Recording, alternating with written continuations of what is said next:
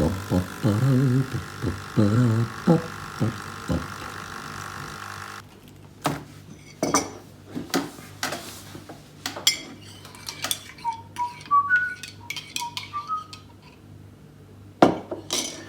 chérie, c'est quoi le truc qui fait? C'est pas le générique de l'émission que vous aviez promis de faire avec Mike il y a 2 ans? 3, 2, 1, 0. Nice to be in orbit. Bienvenue dans cette nouvelle version de Jet d'initiative après une très longue absence. J'ai décidé de reprendre un petit peu la diffusion des émissions sur la chaîne, sachant que Mike ne pourra pas m'accompagner pendant un petit bout de temps parce qu'il est très occupé, et donc je me devrais de vous infliger juste mes élucubrations à moi tout seul. Pour ce premier épisode, j'avais envie de vous parler du Black Sword Hack, qui est un jeu d'Alexandre Kobayashi, paru chez les Merry Mushmen. Ça coûte 30 € et vous pouvez vous le procurer sans problème sur le site des Merry Mushmen, qui font également le magazine Nock que je vous recommande. Les frais de port sont pas très élevés en plus, a fortiori si vous êtes en France. Dans les autres pays, ça risque d'être un petit peu plus compliqué.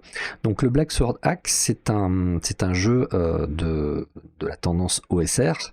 Alors les jeux OSR, c'est compliqué de définir l'OSR parfois, c'est compliqué de savoir ce qui en est, ce qui en est pas, donc bon, je vais pas m'étendre sur le sujet, je vais vous parler du Black Sword Hack en soi, ce qui sera certainement plus clair et plus intéressant et plus facile pour moi.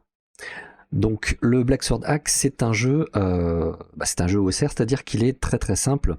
Notamment, vous allez avoir des fiches de personnages qui sont assez simplifiées. Je vais essayer de vous retrouver ça là-dedans. Pop. Est-ce qu'il y a une fiche de personnage? Pop. Voilà. Donc la fiche est très simple. En fait, on n'a pas de compétences, on a uniquement des backgrounds, c'est-à-dire des origines qui vous donnent des avantages dans certaines situations. Et puis, tout le reste, eh bien, ça se fait avec des tests de caractéristiques. Donc, on a les caractéristiques traditionnelles du plus grand jeu de fantasy. Donc, la force, l'intelligence, la dextérité, la sagesse, la connerie et le charisme. Donc tout ça se fait avec un jet de dés à 20 faces, vous lancez un dé à 20 faces, et si vous faites strictement moins que votre caractéristique, vous avez réussi votre jet de dés, vous avez réussi l'action que vous entrepreniez. Alors sinon vous avez tout de même vous avez des subtilités, et notamment vous avez des dons magiques qui vous permettent de faire des choses exceptionnelles. Les pouvoirs magiques sont extrêmement nombreux dans le Black Sword Hack. Il y a beaucoup de types de magie. Et puis c'est très bref, hein. À chaque fois vous avez quelques pages pour définir les types de magie, mais par exemple vous avez une espèce de science fantasy à la Final Fantasy ou ce genre de choses, vous avez des héritages féeriques, etc. Vous avez aussi des sortilèges, vous avez le recours à des démons, à des esprits chamaniques, donc tout un tas de choses qui vous permettent de surmonter les dangers qui vous attendent dans l'univers du Black Sword Hack. Alors cet univers, c'est vous qui allez le définir.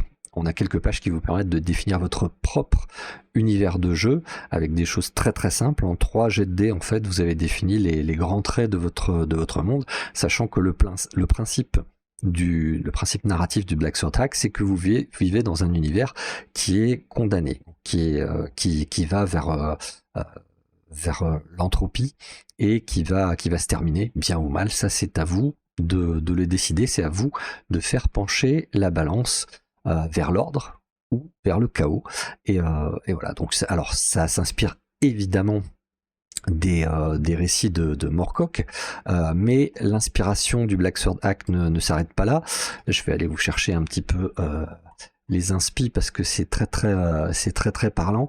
On a beaucoup le Black Sword Hack s'inspire de beaucoup de choses à la fois, notamment donc on a les habituels avec par exemple, vous avez trouvé Kane de Karl Wagner, qui est aussi une grosse inspiration pour le jeu Gods, sorti chez Arkane Asylum il n'y a pas très longtemps. Vous avez Jack Vance, évidemment. Vous avez Michael Moorcock, alors que dont je suis pas particulièrement fan, mais qui est une grosse influence. Vous avez Leiber, vous avez évidemment Robert E. Howard. Donc en gros, vous avez ce que moi j'appellerais la sainte trinité de la fantasy, avec Conan, Kugel et Elric. Donc c'est ces trois personnages, moi, qui me semblent être pertinents pour ce genre d'univers, qui me semblent définir ce que vous pouvez faire. Vous pouvez faire un barbare à la Conan, vous pouvez faire un filou à la Kugel, ou vous pouvez faire un noble décadent à la Elric. Et d'ailleurs, ce sont un petit peu les trois possibilités que vous avez dans le choix des origines de vos personnages. Voilà. Donc il y a plein de subtilités. Le système derrière est très simple, et surtout il s'appuie sur une mécanique de dé d'usure qui s'appelle le Doom Die. Le Doom Die, c'est un dé à 6 faces qu'on lance à chaque fois qu'on fait quelque chose d'un petit peu particulier. Par exemple, quand on utilise un pouvoir, quand on veut se dépasser un petit peu pour une tâche, on va lancer ce Doom Die. Et puis, alors, je vous fais vraiment une simplification parce qu'il y a plein de petites subtilités, mais en règle générale, quand on obtient un 1, eh bien, le Doom Die il va régresser, il va devenir un dé à 4 faces, ce qui fait que la prochaine fois que vous allez le lancer, ben, vous avez plus de risque d'obtenir un 1, évidemment.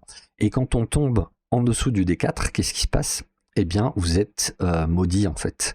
Doom, c'est le destin, mais c'est surtout la fatalité. C'est celle qui s'abat sur les grands héros de ce genre de saga. C'est-à-dire que l'univers est contre vous, tout simplement. Et vous allez être désavantagé sur vos jets de dés.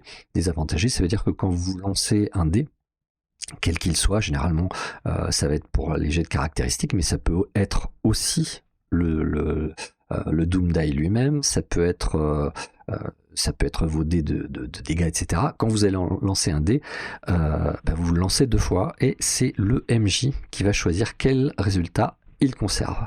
Donc si c'est vous qui avez payé la pizza, il va conserver le plus grand, et sinon, si vous êtes un sale rat, généralement il va vous dire non, c'est bon, je prends le résultat le plus pourri pour que ça te retombe sur la tronche. Donc c'est le principe du Doom Die, c'est quelque chose d'extrêmement élégant, parce que ce Doom Die va servir chaque fois que vous essayez de faire quelque chose, que vous essayez de transgresser en quelque sorte la logique de l'univers en utilisant de la magie, aussi en vous dépassant. Quand vous voulez vous dépasser, eh bien vous pouvez utiliser le Doom Die pour avoir un bonus à votre jet de dés, mais ça le fait immédiatement régresser au niveau inférieur. Donc ce Doom Die, en fait, il va vous servir de mesure de votre héroïsme et de votre capacité à transgresser les lois de l'univers pour le faire pencher un petit peu en votre faveur, sachant que vous pouvez risquer un contre-coup qui va être néfaste à votre personnage. Voilà, ça ce sont les règles les règles essentielles du Black Sword Hack. C'est un jeu qui est très simple, mais que je vous recommande de relire plusieurs fois, parce que chaque page, chaque règle contient des subtilités, et qu'on ne lit pas forcément en première lecture. Alors en particulier si vous êtes vieux et bête comme moi, que vous lisez un petit peu en diagonale, ça va vous arriver de lire un truc et puis de passer sur certains détails et de rater quelque chose qui pourrait être très intéressant. Voilà, par exemple, la règle de l'échec quand vous lancez votre dé à 20 faces, quand vous lancez un dé à 20 faces pour réussir votre jet d'attribut, vous réussissez si vous faites un résultat strictement inférieur à l'attribut, et pas inférieur ou égal. Et si on fait plus, qu'est-ce qui se passe? Eh bien, la règle ne dit pas que vous échouez. La règle vous dit que vous échouez ou vous réussissez, mais vous avez un petit désavantage dans la situation. Alors, j'ai vu un YouTuber qui décrivait le système et qui l'avait lu lui aussi en diagonale, et qui avait curieusement trouvé, c'est une règle émergente en fait, c'est du gameplay émergent, qui en avait déduit lui que quand on fait exactement le résultat correspondant à son attribut, c'est oui mais. On a réussi oui mais, et si vous faites supérieur, c'est un échec. Je trouve que c'est une bien belle erreur de lecture que je vais d'ailleurs désormais appliquer dans ma façon de jouer le Black Sword Hack. Alors le Black Sword Hack, donc je vous ai dit qu'il y avait des origines qui étaient très traditionnelles, et puis si vous regardez un petit peu en fait dans ces inspirations, eh bien on a donc ces piliers de la fantasy que sont autant Jack Vance, Michael Moorcock, etc., Paul Anderson, que j'aime beaucoup et dont je vous recommande vigoureusement 3 cœurs 3 lions. Mais on a aussi, et ça se manifeste surtout dans les comics, on a des influences qui sont bien plus récentes. On a par exemple, là je vois Berserk de Kentaro Miura, que vous connaissez sans doute. On a La Quête de l'Oiseau du Temps. Et puis on a même Bone de Jeff Smith, qui compte parmi mes bandes dessinées préférées, qui est vraiment une bande dessinée exceptionnelle, que je vous recommande vivement. Alors par contre, curieusement, c'est pas de la dark fantasy, c'est quelque chose qui va vous faire penser davantage à du Disney au début. Donc c'est très particulier. Voilà, le Black Sword Hack, donc c'est un petit bouquin de 108 pages que j'aime beaucoup, qui est plein de choses. Chaque page contient des choses absolument fantastiques. Par exemple, vous avez des règles qui vous permettent de jouer en solo. Vous avez aussi une double page que j'aime beaucoup, les conseils des grands anciens, où vous avez des citations issues d'un certain nombre de bouquins. Ces citations, en fait, ce sont des citations qui sont très brèves et qui donnent immédiatement une atmosphère. C'est quelque chose, c'est bien écrit déjà, parce qu'évidemment, voilà, même si moi j'aime pas Moorcock écrit très bien. Vous avez des citations qui vous donnent une atmosphère, qui vous orientent vers quelque chose. Par exemple, si on regarde une des citations de Fritz Leiber, Sorcerers don't have mothers. Les sorciers n'ont pas de maman, n'ont pas de mère. C'est super, ça vous donne ça vous donne une indication de la psychologie des sorciers, ou peut-être de la psychologie des gens qui les trucident et qui se disent bon, de toute façon c'était une cochonnerie de force du mal et il l'a mérité. Donc voilà, il y a énormément d'influences là-dedans qui se mélangent. Le Black Sword Hack, il est aussi merveilleusement illustré. Moi je tombe en pamoison devant ces illustrations, alors qui sont vraiment très spécifiques. J'aime bien celle des personnages. Quand on fait la création de persos, il y en a qui sont vraiment très chouettes. On est dans de la fantasy très typée, avec qui revient vraiment au-delà des sources littéraires, qui va remonter aux sources folkloriques et aux sources mythiques en fait de la fantasy, avec quelque chose qui fait vraiment très couleur locale. On n'est plus dans cette fantasy très stéréotypique que l'on peut voir par exemple dans la dernière édition de Donjons et Dragons, la 5e, que j'aime beaucoup aussi. On est vraiment dans des illustrations là qui sont très typées et qui vous donnent une saveur particulière. On a quelque chose de vraiment très bizarre, très étrange. Là par exemple le masque qu'on voit ici, il me fait penser beaucoup à ce qu'on trouve par exemple dans le jeu Elden Ring. Et il y a quelque chose dans ces illustrations, il y a quelque chose de fascinant, de tout ce qui fait la fantasy, c'est le pouvoir de fascination qu'elle exerce, mais aussi quelque chose d'un petit peu vénéneux. On est face à quelque chose qu'on ne comprend pas et qui peut être aussi bien une source d'émerveillement qu'une source de péril. Et c'est vraiment le Black Sword Hack, c'est vraiment ça, l'émerveillement et le péril, le subtil équilibre constant entre le chaos et l'ordre, entre les choses qui se passent bien et qui se passent mal, entre le bien et le mal évidemment. Et c'est très bien amené. Donc ce jeu-là, moi, il m'a tellement plu que je l'ai testé en famille, et puis je l'ai fait tester à des copains, et ça devait pas être si mal que ça, parce qu'on joue toujours. On a alors un rythme de quinquagénaire, n'est-ce pas? Donc c'est plutôt une partie toutes les 2 semaines, parce que voilà, les emplois du temps de chacun font que c'est compliqué des fois de se réunir, mais en essayant de maintenir un rythme qui soit constant et de proposer des choses qui soient différentes à chaque fois, notamment de faire ce que l'OSR fait et qu'on n'imagine pas en fait, c'est-à-dire de développer les personnages. Alors l'OSR, c'est un peu je vais en parler un petit peu quand même. Il est très bien résumé dans une des phrases du bouquin qui vous dit que on pourrait se servir par exemple d'un dé d'usure, ces fameux dés qui décroissent quand on fait un 1, vous voyez. Ils peuvent servir à mesurer des tas de choses. Par exemple, ils pourraient vous servir à mesurer l'usure d'une corde, personnage est au bout d'une corde, et à chaque fois qu'il fait un mouvement, vous lancez un dé à 6 faces, et puis si ça fait 1, on passe à 4 faces, et si ça fait en dessous si ça fait 1 quand on est à 4 faces, la corde se rompt. Je l'ai fait dans le dernier scénario, c'était assez rigolo. Ça peut servir à n'importe quoi. Mais une des premières phrases du jeu concernant ces dés, c'est de dire on pourrait s'en servir pour compter les flèches. On pourrait dire, on va s'en servir pour compter les flèches.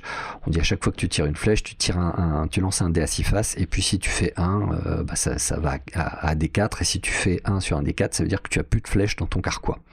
On pourrait faire ça, mais c'est pas OSR ça, parce que les flèches c'est facile à compter. C'est pas quelque chose qui va demander beaucoup d'efforts à compter, et puis surtout ça fait partie de l'esprit d'OSR qui consiste à vous dire, le jeu c'est aussi ça, c'est aussi gérer les ressources, notamment dans l'exploration de donjons, de souterrains. C'est aussi jouer un petit peu pour jouer des personnages qui sont dans des situations risquées, qui ont des ressources menacées par l'attrition, et qui essaient de les économiser, ou au moins de les exploiter au mieux pour arriver à s'en sortir. Donc ça c'est vraiment quelque chose de très, très OSR, de dire voilà, on va quand même, ça on va pas le compter avec un dé d'usure, parce que justement on se priverait du plaisir de compter les flèches. Alors si vous n'avez pas envie de compter les flèches, rien vous empêche d'utiliser un dé d'usure pour les compter, mais ça, voilà, c'est en tout cas l'esprit du jeu est orienté dans cette direction-là. Alors l'OSR, on pourrait avoir l'illusion que l'OSR c'est quelque chose qui n'est pas narratif.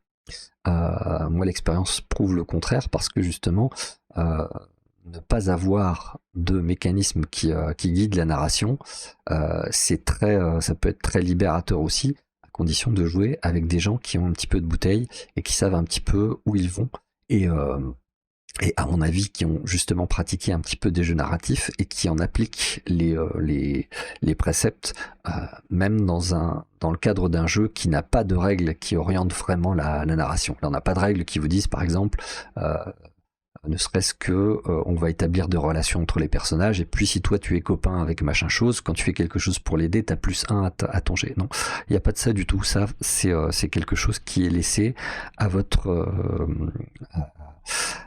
talent, à votre compétence, ou à votre envie de le faire, tout simplement. Vous avez le droit de le faire, vous avez le droit de ne pas le faire. Dans tous les cas, ça n'est pas géré par les règles. C'est quelque chose que l'OSR fait très bien.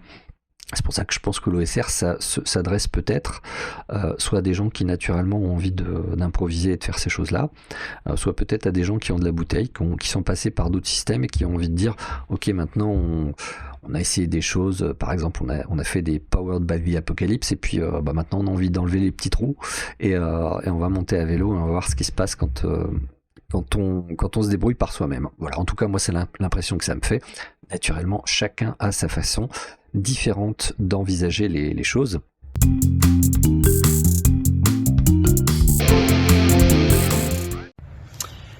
Ça fait drôle d'avoir eu cette question sur qu'est-ce que l'OSR, alors que je suis là dans l'endroit où j'ai découvert il y a quelques décennies maintenant l'explosion d'imaginaire de rencontres avec Donjons et Dragons. L'OSR, c'est ça que j'adore, c'est que c'est ce retour aux sources, mais c'est un retour aux sources où finalement au début les règles, quand on jouait, nous semblaient parfois un obstacle. C'est un retour aux sources à cette ambiance, c'est un retour aux sources à cet appendice N. C'est également ce mélange, c'est ce mélange de cette ambiance, et c'est aussi ce mélange de toutes les influences littéraires qui ont forgé notre adolescence pour certains, qui ont forgé notre imaginaire d'adolescent, de Liber à Moorcock, en passant par tant d'autres. Pour moi, c'est ça l'OSR, c'est cette Madeleine ludique, matinée de notre regard d'adulte, et qui donne ces résultats que l'on pensait parfois enfouis dans notre passé.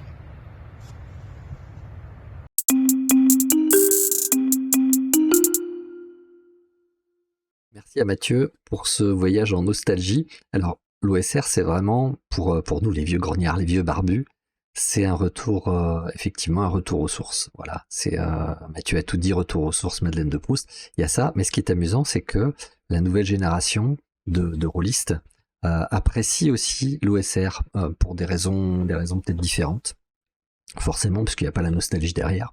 Peut-être pour la simplicité, pour le fait que C'est une façon de jouer au jeu de rôle sans aller dans les complications extrêmes de certains systèmes de jeux de rôle aujourd'hui. Et c'est une façon de jouer qui est très particulière. On essaiera d'en reparler de façon un petit peu plus détaillée dans une autre émission, si vous voulez bien. Moi, ce dont j'avais envie de vous parler, c'est de la simplicité, en fait, dans le jeu de rôle. Parfois, on a l'impression, quand on se jette dans le jeu de rôle, ou quand on hésite à s'y jeter, que c'est quelque chose de très compliqué, et qu'il faut faire des choses complexes, et que la complexité, c'est un gage de qualité. Ce qui n'est pas forcément le cas. En tout cas, selon mon expérience personnelle, parfois moi j'ai fait des scénarios très complexes qui étaient pas palpitants. Puis j'ai fait des choses très très simples qui étaient vraiment marrantes. Donc c'est bien d'essayer de prendre du recul avec tout ça et de voir ce qui fonctionne, ce qui fonctionne pas. Moi je vais vous donner simplement ma recette en fait, ma recette spéciale pour faire un scénario. Je vais vous donner mon scénario de base pour le Black Sword Hack. C'est un scénario que je fais à chaque fois en fait pour démarrer. Il a un avantage, c'est que il se prépare très vite, il est très simple et il fait un truc que j'aime bien moi, c'est que il donne immédiatement une direction aux joueuses et aux joueurs et il leur permet de savoir tout de suite ce qu'on fait, parce que le jeu de rôle c'est super, on peut faire tout ce qu'on veut, mais on arrive parfois dans des situations où on ne sait pas ce qu'on doit faire, on ne sait pas ce qu'on doit faire, on ne sait pas dans quelle direction on doit aller, on ne sait pas quelle piste on doit explorer, on sait un peu pas quoi faire de sa peau. Là en fait moi mon idée de scénario c'est de faire quelque chose de tellement simple que tout le monde sait immédiatement ce qu'il y a à faire. Alors voilà, je vais vous le présenter sur la plateforme Let's Roll que j'aime bien. Voilà mon scénario. Vous voyez que c'est super simple. Alors en fait c'est un scénario que j'ai élaboré avec une idée toute simple, tester le système en quelques heures avec les débutants, et puis établir quelque chose un récit qui soit facile et qui soit amusant. Donc je me suis servi pour ça des cartes qu'utilise le jeu ICRPG, Index Card RPG. Encore un jeu à tendance OSR qui est vraiment très très bien. J'espère je pourrais vous reparler un petit peu de certaines choses de ce jeu. Je me suis servi de ces cartes en fait, tirées au hasard pour faire l'environnement de jeu. Alors mon scénario est simple, il est un petit peu inspiré d'un truc qu'on trouve dans un des scénarios justement du Black Sword Hack, qui contient 2 scénarios de base plus des pistes. C'est vraiment très très riche.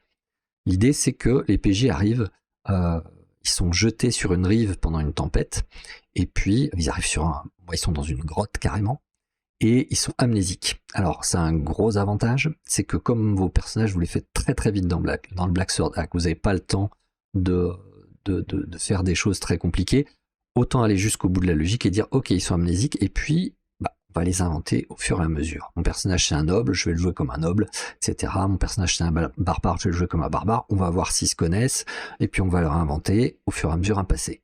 Et finalement c'est devenu un peu le leitmotiv de ma campagne de Black Sword Hack, de ma grosse campagne en ce moment. Donc ce qui est très rigolo. Alors voilà, ce scénario de base, il est simple, les personnages arrivent, ils sont jetés sur la rive. En fait, ils étaient dans une galère, ils ont été condamnés pour quelque chose qu'ils ignorent puisqu'ils sont amnésiques. La galère s'est échouée sur des récifs parce qu'elle a été attirée par des naufrageurs. C'est les habitants d'un village qui ont avec des lumières, qui ont attiré le bateau comme si c'était un phare, et comme en utilisant un phare, et ils l'ont attiré sur des récifs pour piller la cargaison. Donc, tout simplement, le scénario, il se déroule comme ça. Les personnages arrivent dans une grotte, donc c'est ma petite case de droite, ma petite illustration de droite que vous voyez là. Alors, voilà, donc mes illustrations, elles sont toutes simples, c'est des illustrations noir et blanc. Elles permettent de définir une géographie sans avoir besoin de tracer une carte. Elles définissent une géographie en disant il y a des lieux. Le premier lieu, c'est la grotte. Ensuite, à côté, il y a un village qui se trouve en haut d'une falaise. Le village, c'est là où habitent les naufrageurs. Alors pour le moment, il est vide parce que les naufrageurs, ils sont descendus le long de la falaise sur l'escalier que vous voyez là. Alors, l'escalier, il n'est pas comme ça en fait, il longe vraiment la falaise. Les villageois sont descendus par cet escalier et il leur permet d'accéder à la rive où ils font s'échouer le bateau. Et le bateau, ici, la galère dans laquelle sont arrivés les PJ, elle est écrasée sur les récifs, peut-être avec des survivants, peut-être pas. Peu importe. Le principal, c'est de définir un petit peu tout ça. Donc, on a 4 lieux. C'est super simple. On a une situation, et une situation qui est super simple à résoudre, c'est-à-dire, il faut que vous surviviez. Il faut que vous surviviez parce que vous êtes dans une grotte. Il y a des villageois qui en veulent un petit peu à votre peau. Alors moi, dans mon histoire, les villageois, c'est un petit peu des profonds de Lovecraft. Ils sont un petit peu consanguins. Ils ont un peu frayé avec des poissons bizarres. Et ils ont des têtes un peu avec des yeux globuleux, etc., etc. Et puis, tant qu'à faire, si jamais on veut aller jusqu'au bout de la logique, ils vénèrent une espèce de créature marine avec des tentacules. Alors, pour incarner ces villageois, c'est tout simple. Je me suis servi des Angry Peasants du Black Sword Hack. Voilà, vous les voyez à gauche, les paysans en colère. Donc, c'est tout simple. Et puis, si jamais j'avais envie de rajouter un monstre, je peux me servir d'une aberration, je peux me servir de plein de choses différentes. Donc, c'est tout simple en termes de technique. On a juste des villageois vraiment pas cool. On a des personnages qui ont un objectif, c'est survivre, c'est tout simple. Et surtout des personnages, ils arrivent sans équipement. Il va falloir qu'ils s'équipent. Ça, c'est quelque chose qui donne lieu à du roleplay, à de l'ingéniosité. Où est-ce qu'on va trouver des armes? Est-ce qu'on va confectionner des armes? Est-ce qu'on sait faire des armes, etc., etc.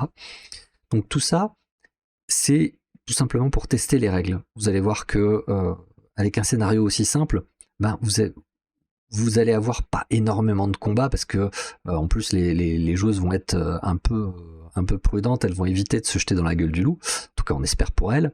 Et puis normalement, il devrait y avoir des beaux morceaux de bravoure.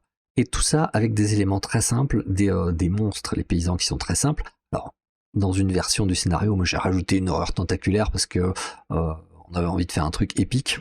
Allons-y pour le truc épique, la saga. Ne jamais hésiter, en fait, à rajouter quelque chose de fun dans un scénario sans trop vous soucier de l'expliquer. Si ça ne nuit pas aux joueurs et aux joueuses, je trouve que c'est légitime. C'est-à-dire que peu importe la vraisemblance de la chose, la vraisemblance, vous pouvez vous arranger pour recoller les morceaux après, a posteriori. Entre deux scénarios, vous pouvez vous dire, ok, donc il y avait un monstre, et ce monstre, il était là parce que, pour telle ou telle raison. À partir du moment où vous avez une belle baston, vous sentez que vos joueuses, elles ont envie d'en découdre, pourquoi ne pas leur proposer une grosse baston?